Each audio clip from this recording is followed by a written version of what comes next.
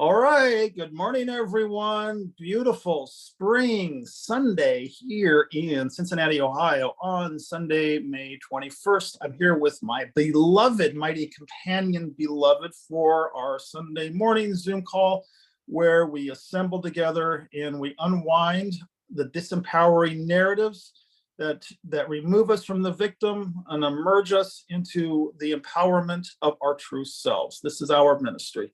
This is psychiatricsobriety.com, and I began hosting this ministry, and I was encouraged to continue hosting this ministry.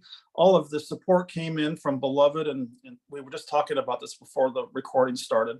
This is truly a gift that has been given to me, and I'm just grateful that I get to extend this gift to others. What is the gift? The gift I call emergence.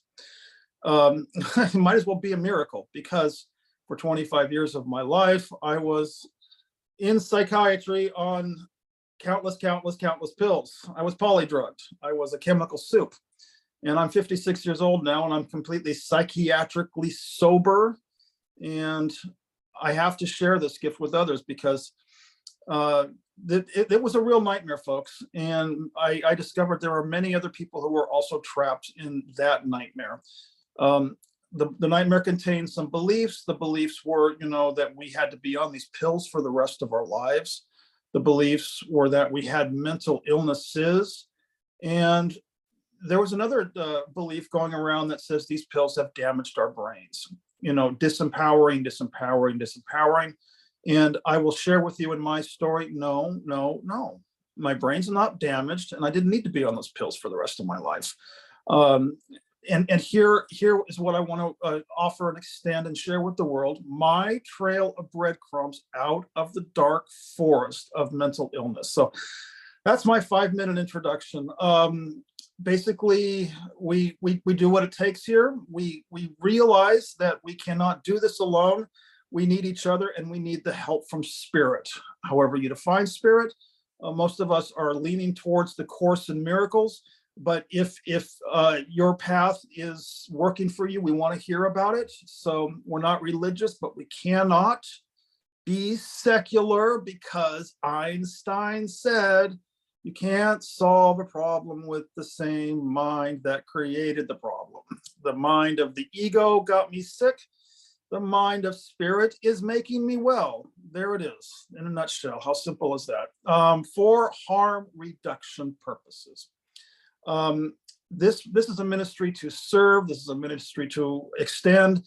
This is a ministry to love. So we're not here to cause any harm. And that being said, we are not telling anyone to get off their pills. We are not here to protest psychiatry. We are here instead to share with others our testimonies, and we're here to present alternatives that we discovered worked for us. It's support, so we keep it in the I form. I'm a 12-stepper from way back, so this is just the format. I'm not reinventing the wheel. Bill W. started this format back in the 1930s, and AA was a smashing success because the format worked. It's a template. So this is just a template, and we're not like nothing brand new or exciting here. These are just metaphysical teachings, non-dual paths.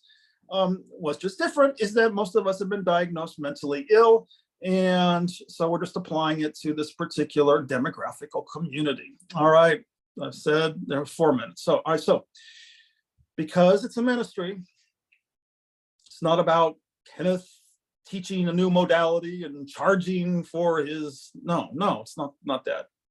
We say a prayer and we let spirit speak through each one of us, and spirit does. So here's our prayer. It's the healer's prayer. It comes directly from the Course in Miracles. We are here only to be truly helpful, and we are here to represent him or who sent us. We do not have to worry about what to say or what to do, because he or she who sent us will direct us. We are content to be wherever he or she wishes, knowing that he or she goes there with us. And we will be healed as we let him or her teach us how to heal. There, I did in 5 minutes. I'm getting an average of 5 minutes. Let's rock and roll. Beloved, share with us your week, what you did. Oh, maybe we could start. You know what? Our discussion earlier, the innocence of children. That could be the whole Zoom call right there. You spent time with your family and you were sharing with me. The children have it. They haven't been indoctrinated yet, and they're not mentally ill because it's your turn. Yeah, just seeing their exuberance and freedom, and who cares what you think, and the world does revolve around me. And, but overall, that the love connection, their vulnerability to love would have to be the greatest example, because I'm here because of my blocks to love, you know? I mean, when do you get mentally ill? You know, are they those girls, my granddaughters, 3, 6, and 8? When do you start diagnosing? Oh, there's something a little different. Oh, she's, you know, when do we get on that path to be pigeonholed? You know, when does our failures, illnesses, if you will, appear, whether physically or in our case, mentally?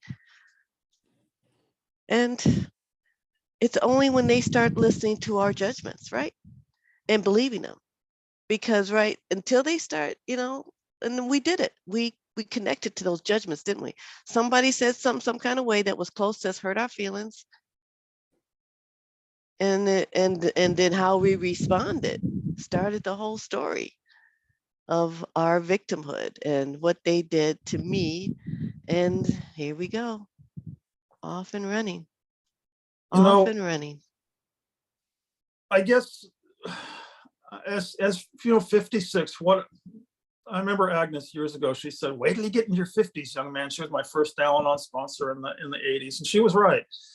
Because, you know, as I kind of, you know, I know the Course in Miracles, we stay in the present moment, but I'm entitled to for some reminisce. You know, I've earned it. It's very simple. What do kids need? They need to be seen and heard and loved, no matter what.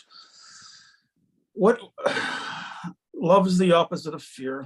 I guess we come here every week and we go into so much fun metaphysics, and we unwind all these complicated beliefs that we, you know, gather on the way, you know. But that's kind of the simple nutshell that, because I always ask myself, why do I keep going? Why don't someone love me?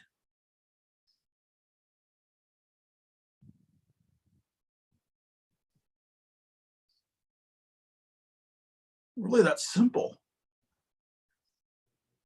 And, you know, I wasn't always nice to them. I wasn't in a Disney movie. I wasn't raised like that. So believe me, I don't act like that. You know, I used to believe all white people acted like that because I watched those movies where that perfect white family was just always perfectly behaved, right? And Leave It to Beaver, Father's Knows Best. Don't forget the Brady Bunch. I was grown then. That wasn't my generation. Sorry. I'm going to go where I know. So for those of us in my generation, but so I'm a course student. So, but I'm a human being that was diagnosed, I'll call it bipolar. That's what they said. And so I get triggered. That's what happens. That's probably the thing, probably most characteristic of those who have the bipolar diagnosis. We get triggered. So I can get triggered. I don't care if you're 3. I got a button for you. You got a button, you know, I got a button for you to press for me. So don't believe it wasn't pressed. And as I attacked back, perhaps I'm going to say it, their ability to forget, forgive, whatever you want to call it, to still love me instantly right after is what we, was healing, let's say, because they don't hold it. You see? I mean, they know grandmas can get grumpy. Grandma, oh, she can yell. We're not here talking about behavior, people. That's what I'm trying to say. Because a lot of times that's such a hard way to get at this. Like Kenneth says, we're not telling you to do anything on the physical level. We're not telling you to get off drugs. We're not telling you to get on drugs. We're not saying nothing. We're not talking about anything on this physical level, which does make it metaphysical, but hey, Jody, don't make that word be scary to you, because you are metaphysical. The physical is all the made up stuff. That's the made up, that's a fantastical world that's unbelievable that we think is real. So metaphysical is the real, and scary should be this 3D world where we think we're in as a body. So I watched myself, get triggered with these little kids, and but their response back to always be loving, they just let it go. They just let it go through them. They didn't take me seriously. They just can, can I do that too? I mean, emotionally, and that's what it is for me, is working on this, being vulnerable and letting these feelings feel and go through us. We got to do it. I didn't think I had to. We were talking, Kenneth, about what your grandma said, keep moving. I mean, I'm moving 24/7. For me to sit down is torture. Yet that is the healing. Stillness is the answer. It is. There's nothing around it. You have to slow down. We were talking about building a foundation. How important is that, Kenneth? Can I just skip that because I want to get to the top? Because I want to finish beautiful house so everybody can look at it and say, "Ooh, wow, you are perfect now." And my foundation, what you can't see, is all raggedy. How important is that? How much time should we take with that foundation?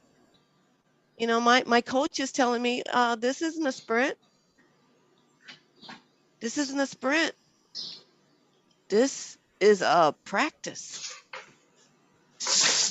We have to pray. That's why you're here, Kenneth. Because if you didn't share what you learned, how easy it is to get slipped back into that nightmare. That's backsliding. All of us are prone to backsliding. That's why we come here, to be called out when we're backsliding, to be reminded lovingly. We hope we're receiving it through our love and caring for you, but we have to be in the practice. This is about the practice. This is about vulnerability. What happens if you don't feel safe here? Come and see. Come and see. We can't answer that for you. We can't give you your safety. That's you. What are you scared of? That's what we're all here. We were scared of something we made up that wasn't true, but we were convinced it was. And for me, it drove me crazy.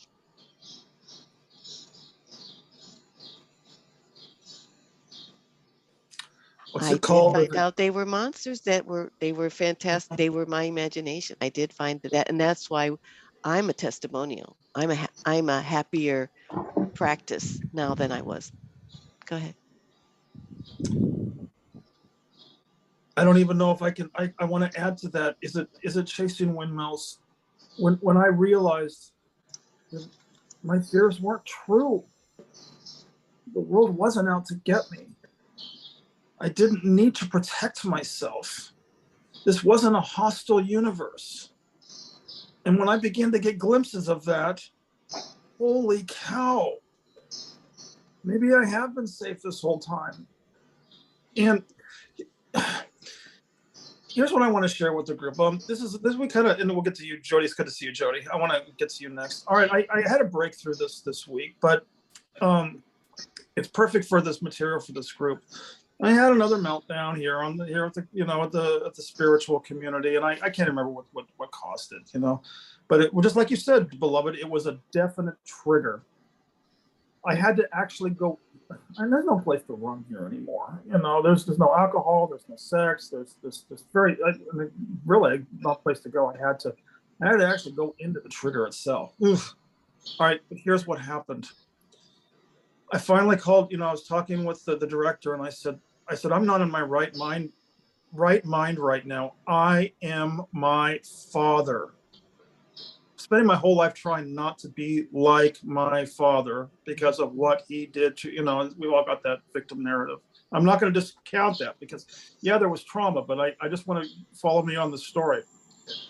So I went into the feelings itself. That was the hard stuff, real hard stuff. And it was just rage, anger, blind.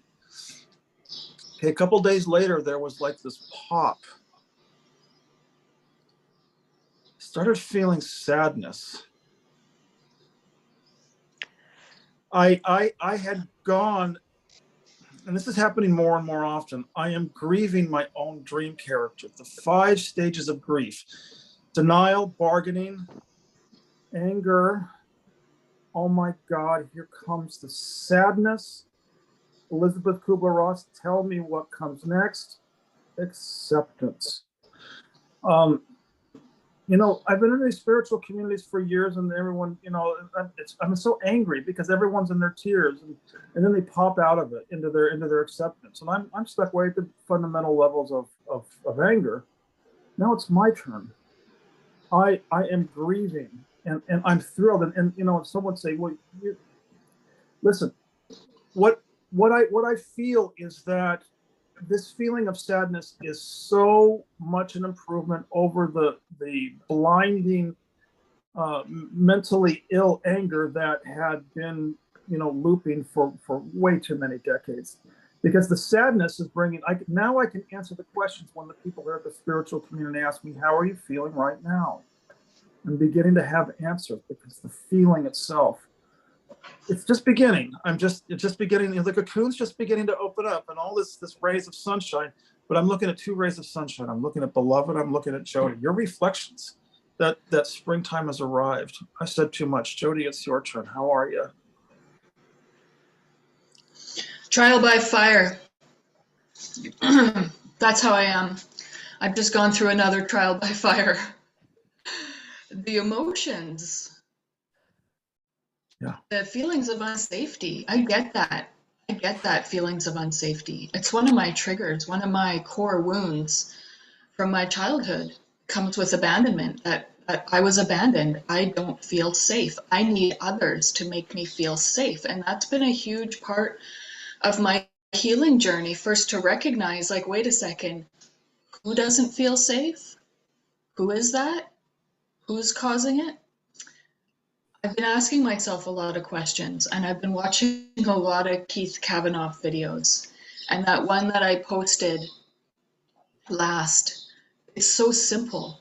We don't fight the ego. We just watch it.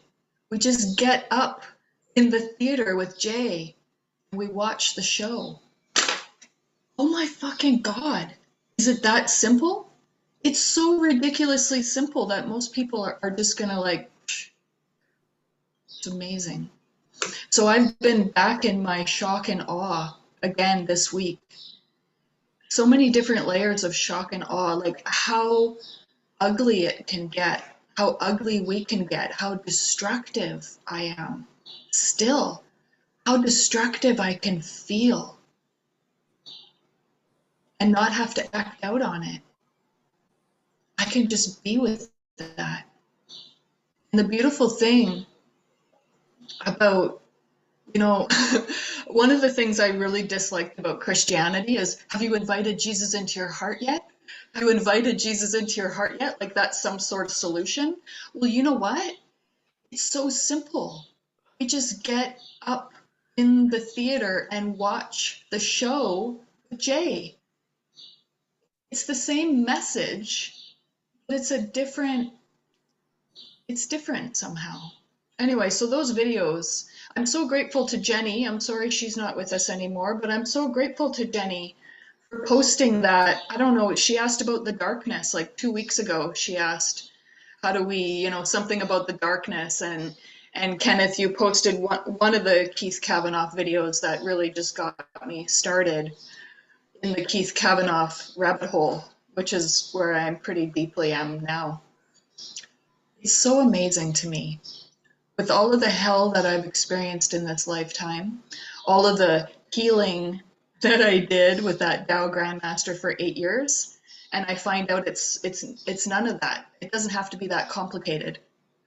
It doesn't have to be that complicated. It's really just this simple, and there's nothing to fix.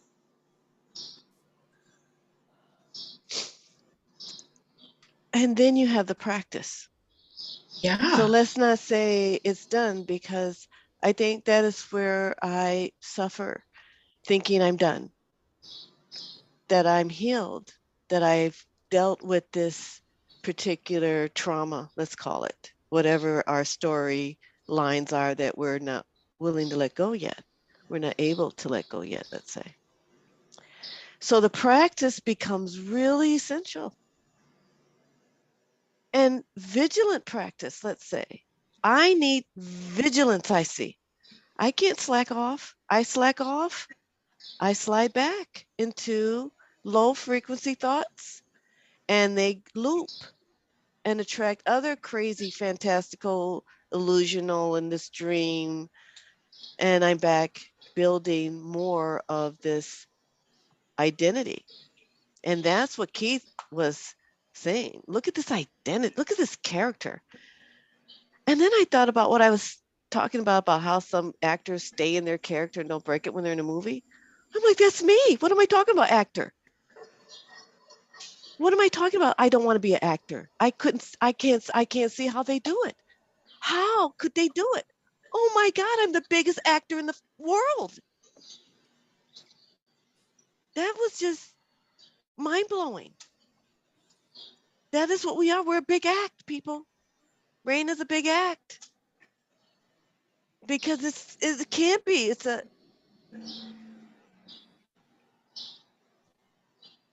Now we got to get metaphysical. Now we got to get spiritual.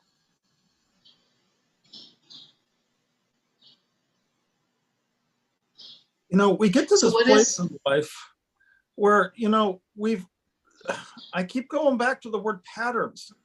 After 40s is probably, in my case, it started in the 40s. The 50s, it was like, this pattern, this can't be real. This can't, and little voice in my head said, no, it's not real. No, it's not real. And Jody, I think that's where you and I are joining big time. Christianity was a frightening, path, given the narrative of the 1970s and 1980s, where, have you asked Jesus into your heart, confess your sins, which it to me that sounded it never sat, and it still doesn't sit. But what Didn't you and I sound are loving. discovering, what? It didn't sound loving. It sounded threatening. Like It you was better. threatening. Because Or as else. Keith Kavanaugh would say, it was for, how does he say it? He actually has a word for it, forgiveness to destroy. It felt violent to me. And my intuition was right. It was violent. The approach that Keith Kavanaugh is gifting us in his YouTube videos is loving.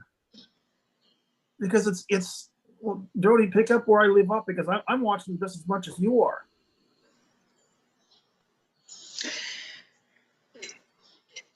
You don't even have to love it. You just watch it. You don't have to, and just do it.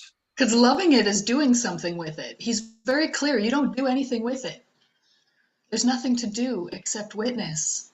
Except witness. And when we witness, I was trying to explain this to a client last night, because it's so profoundly simple, but the mind always wants to complicate it. And I kept saying, look, just by witnessing your thoughts, you change them. Just by witnessing your behavior, you change it. You don't actually have to do anything. It's that observer effect. Just by watching something, it changes. So we don't even, so like to love it is to do something. You know, actually, now that I'm talking this out, to watch it is to do something too. The words get so complicated. What Keith is also inviting us to do is he said, he used the word repetition today. And I said, yes, he's been, you know, if it wasn't Keith, it was David Hoffmeister. It doesn't matter, dial-a-mystic. Keep them on my iPhone, keep them on my Bluetooth to keep reminding. You know what? I'm actually enjoying it. I enjoy it. It's the right use of all this gray matter. You know, when I went and got all those college degrees, I used to complain to my mom, I don't want to go to college. You could just go to college. I don't want to. Well, what I was saying is I don't sense this is the right use of this God-given gift, is to try and cram, you know, all this nonsensical material, which in the 80s, you know, that's what they did. You had to go to college. My intuitive sense now says this is the appropriate use of this gray matter. This material, the Keith Kavanaugh, the Course in Miracles, the David Hoffmeister, Muji, this gray matter is saying yes. And it's saying, I want this because it's congruent, it's landing, and it fits. And it's, I know it's starting to bring me joy. More than joy, not joy yet. I'm beginning to experience relief. Oh, all right. I'm back on. It's like I was lost in the dark forest, but I finally found the trail. You know, we used to go down to the Columbia River, and I got lost once, and it was terribly disconcerting until I finally found the trail. Oh, now I just follow it back to the parking lot. I used to always get lost until I figured out I wasn't lost. I just didn't know where I was. And was I okay with that? We have to be okay with not knowing where we are. And what happens with this gray matter is that it must be connected to this heart for you not to be caught in those ego low frequency explanations that many of us who are feeling depressed now are in. If you're depressed, you are in a cycle of one thought feeding the next, negative thought. You just did it because you're just in your head with no attachment in your heart, with no attachment through your heart, with no feeling, you know, you see? So this was hard for me, for all really, especially if we're intelligent and we get A's and we're rewarded with, you know, people acknowledging our braininess or whatever, you know, we are approved of in our culture, let's say. So it's hard. It builds a bigger actor, a better actor of who you think you are. So that to get in that heart is scary. That's a whole new what? I ain't been here. Where is this? I'm listening to Martha Beck, and she's doing Dante's Inferno. And then when he gets to this place, he says, don't come with me. Don't read no more. We're going into uncharted territories we don't know nothing about. That's where we are here. How you think you emerge? Kenneth couldn't emerge. He had to have courage to go in uncharted territories where they said he couldn't go. All the fucking doctors there, no, you can't get out there. You done it. No, you got to be out. No, he couldn't believe that anymore. He had to emerge from that story.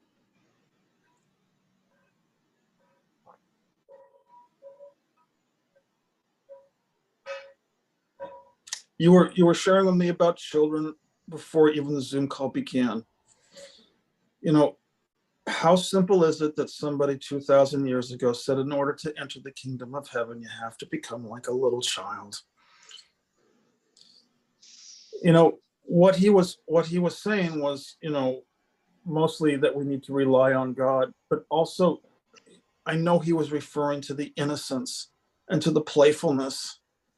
And trusting. They trust. They're not, where am I? They don't care. If they They don't. feel loved and safe, they don't say, well, where am I? They just where they are playing. They're not, they're free to just experience. Life is about experience, and we're not taught that. We're taught about becoming something to be approved of by whoever we're trying to impress, I guess. And none of that's ever going to work. Sorry. That's why we're emerging. We're emerging from the whole narrative here. This is revolutionary work here. So it takes courage if you're tuning in. We're not talking about nothing that's you haven't been here before. We haven't.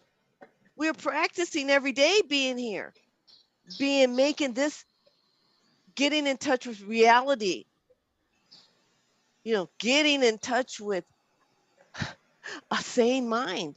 Which, listen, if you haven't been diagnosed mentally ill, you are. So we'll just cut to the chase. And we all need to get sane in this whole world. If we're not in the mind of love, right? If you're not in that right mind, you're in a wrong mind, which we are all going to call mental illness.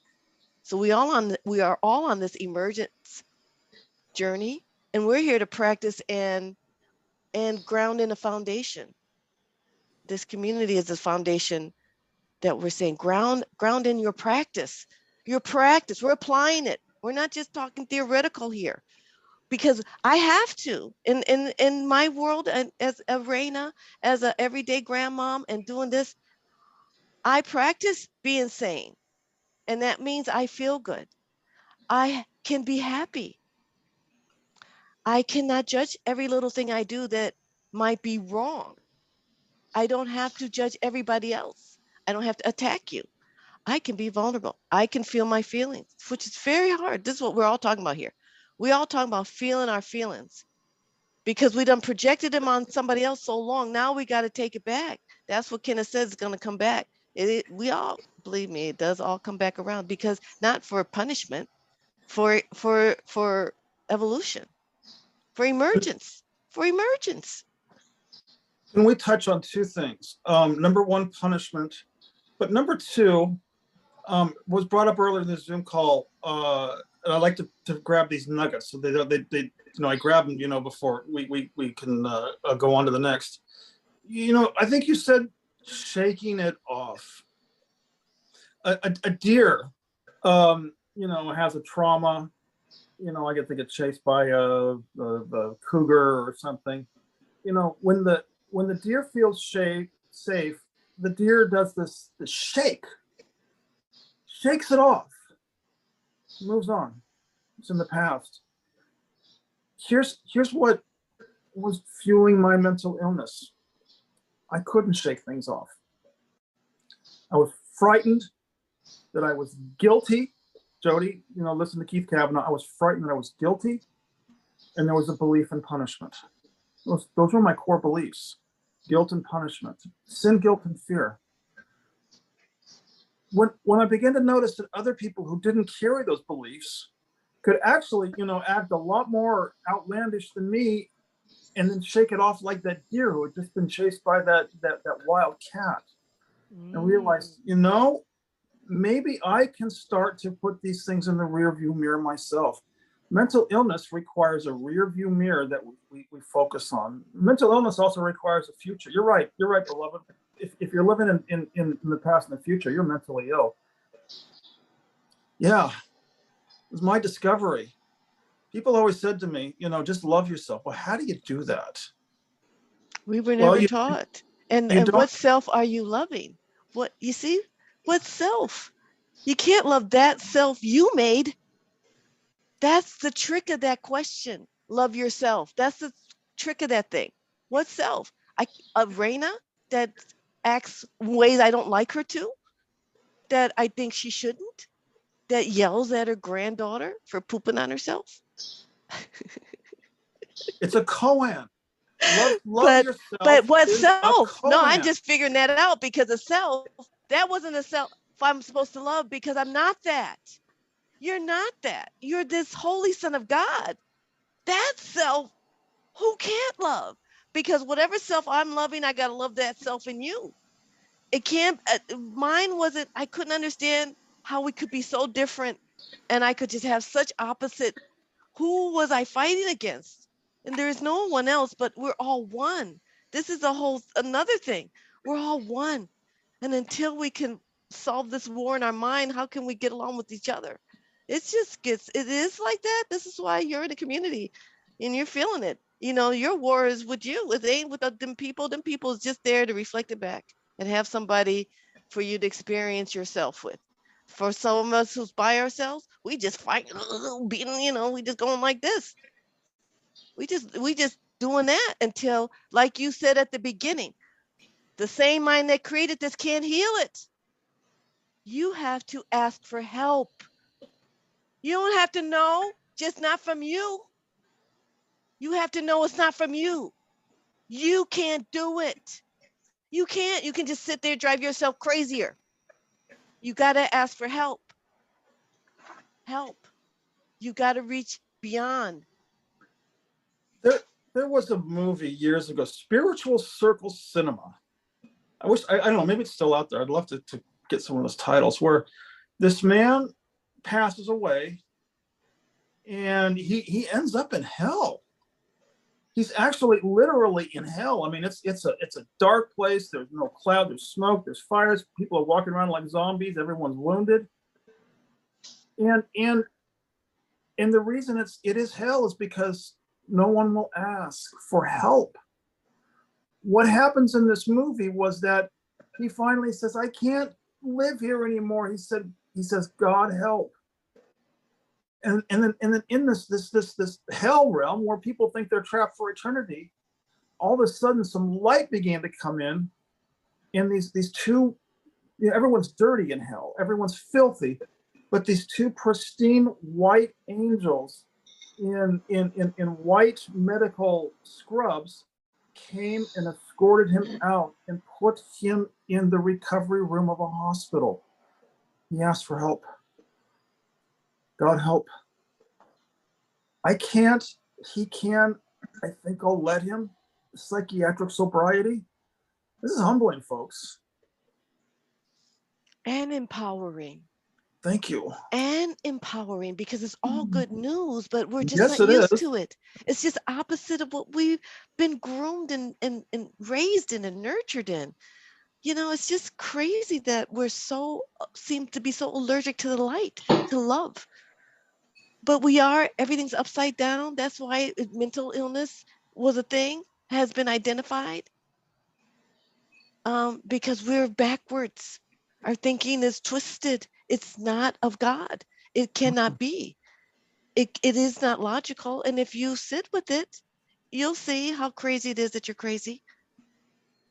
And that you can choose every moment now. You can choose every moment now. You can ask for help. This is the beauty of God. He's not going to shut down your playground. No, you wouldn't just do that. That's not loving. The most loving way to wake us up is to keep telling us how much we're loved. We come here to see the light in each other through all of our pain and suffering that we are imagining we're in right now, and to say, you're loved. Jody, I love you. You're loved. You're lovely. Kenneth, I love you. You're lovely. You're loved. We're all loved. And it's not of us. It's of God. This is a little bit off topic, but there's something I want to bring up during the Zoom call. It has to do with what took place in the support chat this week. I'm getting very clear that people have wanted to ask, what are the rules? I haven't sat down and made any rules. What I'm not comfortable allowing is, and I understand, because we were all here, but for the sake of all of our mental health, some statements I cannot allow to begin, the snowball of a narrative like fuck it. And I can completely understand where somebody, and I've been there, or we've all been there, but I had to have someone removed from the chat, and then they can come back. But provided, we have a one-on-one discussion that's not going to take place in this ministry. If somebody it really is going to give up, that's going to be their choice, but we can't, coddle and say, oh, it'll be okay. It'll be okay. That's not what support is.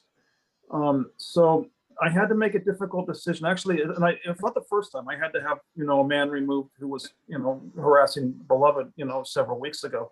But I'm getting more firm on, we're going to support each other, and then, a lot of feedback I've also been getting is, but you don't care about me. You're not this to me. You're not this to me. And then the hit I got was, when we're mentally ill, we believe we're entitled to support. And I'm getting more non-compromised. No one's entitled to support. You're entitled to love, and we got lots of that for you. But if they're going to choose to break the rules, then there's always a removal button, in this ministry. There's always a comeback. How do people button. know how not to break the rules if you haven't laid any out, though, Kenneth? Can you guys help me with that? Can you help me with some rules? Because for some of the newer members, it's an honest request, and I can understand. And I can't just go intuitively with. That's what I was going to say you should do. Obviously you are going intuitively. If this is your group, you started it. If it doesn't feel good to you, you are in touch with the Holy Spirit. If that's what you feel, then do it, Kenneth. I mean, you have had disagreements, but I still don't. We can say this, that, the other, but if I was running things, it'd be what I felt. Okay. I don't care, and you're into this. This is beyond you. This is beyond us. I don't have a problem hitting the removal button, and here's why. Because sometimes somebody may be getting more support somewhere else other than this group. You can come here and get some nuggets, but doesn't mean anybody needs to stay here. There are nuggets all over. When I was removed from those spiritual communities, it was because I was supposed to be somewhere else. It shouldn't be taken personal, but I understand when I was so deep in my mental illness, anybody who had me removed was a reflection on who I was, and it just started more spinning. It's a tough demographics. I'm not working with a bunch of new age light people. We're working with the mentally ill community. We're working with this is a treatment center, and a lot of treatment center counselors they get abused. They have black eyes. It's down and dirty, and I finally. I mean, did the 12-step programs, did they have rules? Because that's how I think you're running it. I said, Kenneth must know.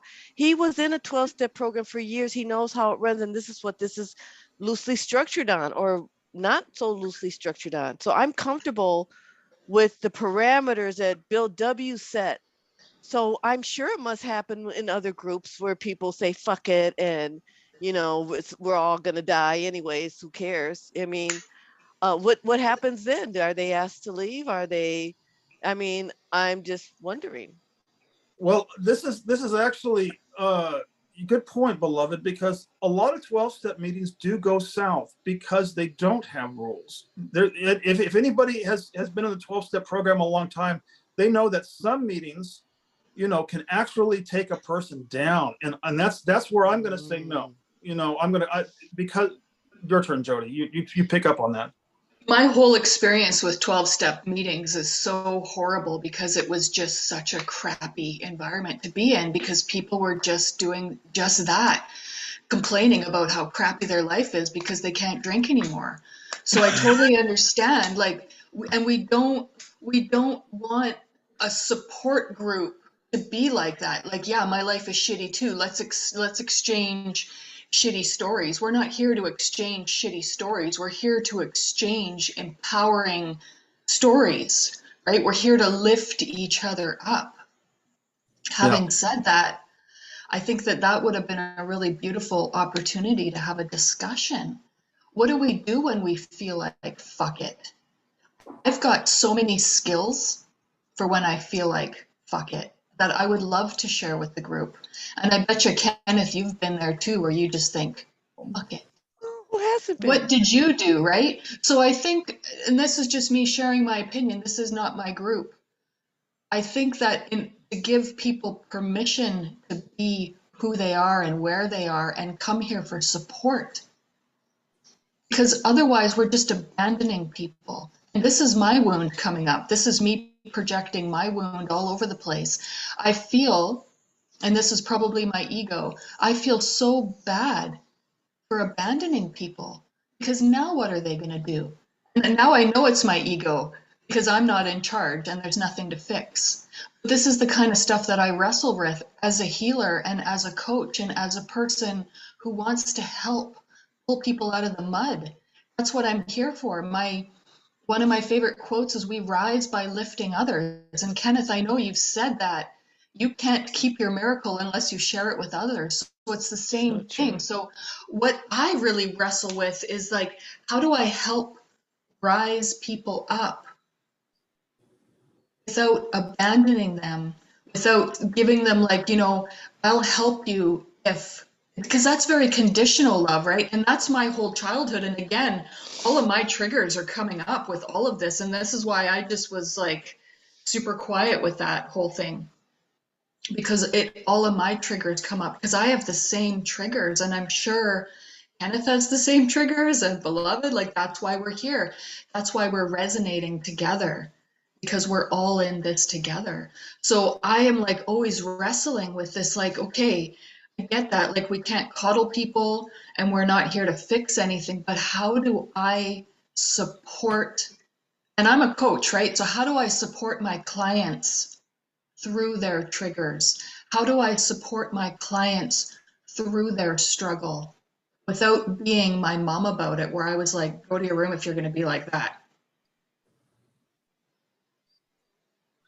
Yeah, as someone with Like an how, like yeah. it's a Yeah, fine because line. I need people that support me when I'm behaving inappropriately.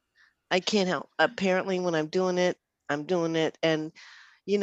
thanks for rescuing That's me when from you that need the dude, but you most didn't have to, support. Kenneth. I was fine, but and we both should have been kicked out then, because I was giving him shit as much as he was giving me shit. So it kind of wasn't fair with that one. But I see that. I mean, I think I think everybody should be in here, and it's our triggers, because obviously you would get triggered, right? Kenneth got triggered. It either came from a trigger or spirit said, do this. Who knows? He knows. It's but all of us can think of it. Yeah, I was triggered by that dude, and I was happy to see him go. But I wouldn't have said he needs to be gone, because I'm like, that is me. That's me acting. I've been acting. I've been him. I've been fuck it. I don't care. It's a short life. Who cares? I've been all of them. Who hasn't? Not all of us have been them. And then what are we calling out for then? Hope. Help, Because that's love. hopeless. That's hopelessness. Yeah. That's what hopelessness is. Absolutely. That's stuck in you don't believe there's anything beyond you. Folks, And there's no help for you. talk amongst yourself for about 2 minutes. I'll be right back. So I hear you. Yet I don't sometimes who knows what the right thing is, so I'm not going to question it, right? So that could have been, like Kenneth said, the best thing. They're not supposed to be there. They can go somewhere else and do whatever, or they can come back in, or they can, but we're making this group. It's just us. It's just us, and what part of us do I feel I have to save? I recognize I've been all those people. Yeah. Right? Those posts, oh man, I remember feeling like that. Me too. Right? Yeah. Or I'm feeling like that now. Yeah. And that's why, like, if you hadn't been there, done that before, Beloved, you wouldn't be triggered. Because that's what a trigger is, right? It's hitting something in me. It has nothing to do with the other person. They're just that reflection. It's me. It's in me. And I love, like Keith Kavanaugh says, there's no cause in the world.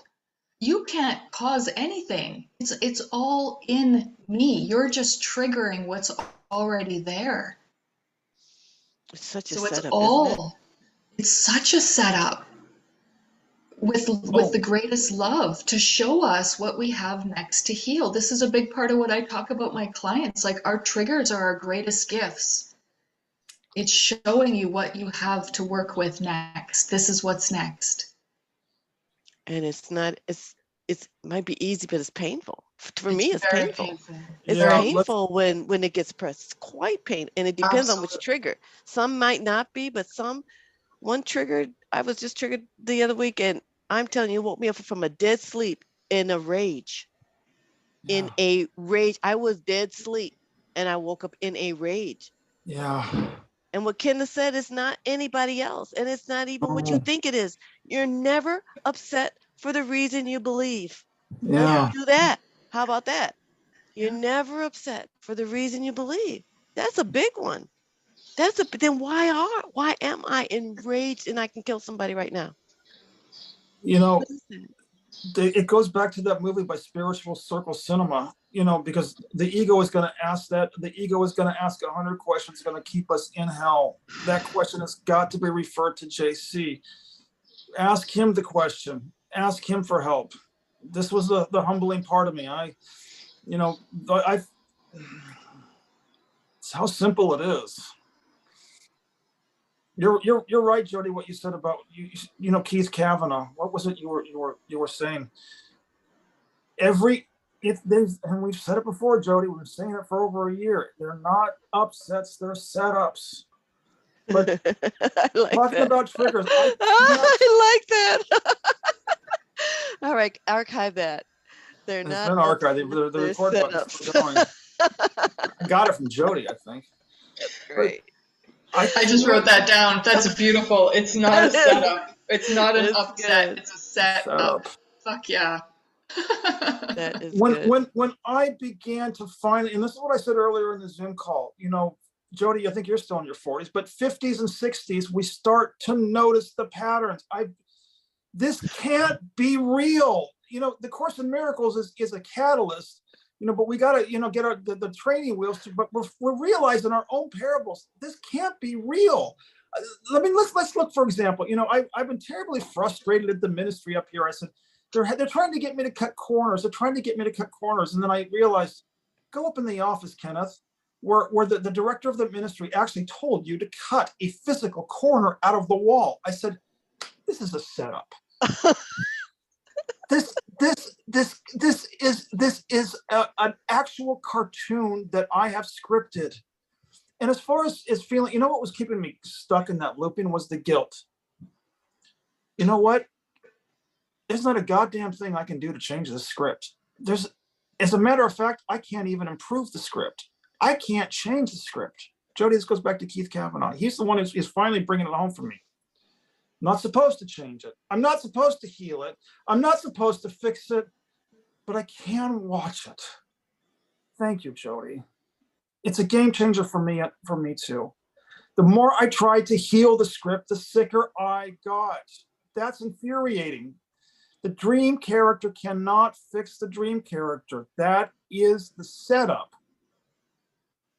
The upset, the setup to get us off the movie screen and back into the theater, seating where we belong, where we can have a Diet Coke here, we can have popcorn here, and we can just finally look at it, notice it. You're right, Jody. That's all Keith is asking us to do. Agnes was telling me in 1980, she said, Kenneth, you're complicating it. It's very simple. Let me It ask is you very all. simple. I'm trying to do that, but even when I watch a show, I want to get into it. You see what I'm saying? I I want know. to get sucked into that motherfucker. I want to escape that's what I did with books my whole life. So I've been escaping even deeper in the dream from a little kid. So when you say sit with Jesus in the cinema, I'm still all in like it's real. Like I'm that person feeling everything on that screen. So I'm like, I was thinking of, how I extract myself from this, it's like extracting myself like they did in the Matrix when they sucked them out of that thing and it's all gooey and stuff. That's how I feel like it's to be that detached. I'm not detached in the movie theater. So let me just start there. I might have to ask that of Jesus, Jesus, help me with that, because help me watch a show and not get into it. That's what I should probably practice. Y'all do that? I mean, is it easy to you, Jody, to be a witness to you? No, it's not. It gets easier each time I become, so I practice a lot with awareness. Awareness is one of my magic superpowers. Once I become aware that I'm doing that thing again, I'm already doing the work because I have that awareness. And so the ego wants to suck you back in by saying you're not doing it right, you're not doing it right. You are doing it right, beloved. You're doing it. You questioning, you're doing it. You witnessing, you're already doing it. You can't witness and be it at the same time. That's how simple it is. As soon as you recognize, as soon as you witness, as soon as you become aware, oh, wow, there's that thing. Boom, you're doing it. You're in the work. Okay, I want to wrap up the recording on just the note that Jody said, because there's the icing on the cake and the grand finale to Jody's beautiful narrative. That awareness is who we are. Yeah. Right back to the statement that started this ministry, almost 2 years ago, because who we are cannot be damaged. This is Kenneth Price with Beloved and Jody. Thank you, Beloved, and thank you, Jody. Spirit spoke through us on Sunday, May 21st. And if you're watching this on YouTube, please, please, please join us, because these dialogues are essential. These dialogues are healing, and these dialogues are loving. All right, we'll see you all next week. God bless, and may the force be with you.